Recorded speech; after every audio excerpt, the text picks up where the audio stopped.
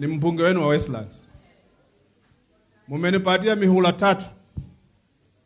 Na nimesema hii muhula na wautumia kwa roho yangu yote, na nikimaliza munisindikize twende tutoe we jamaa huko sijui.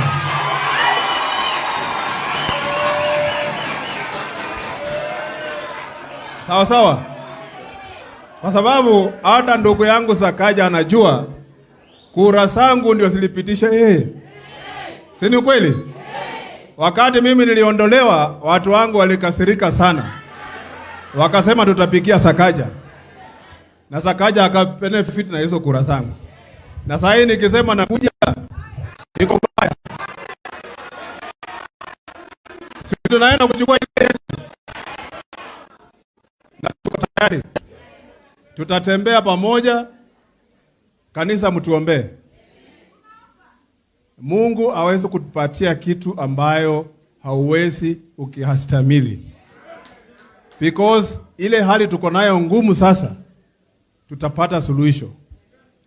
And the solution is within us.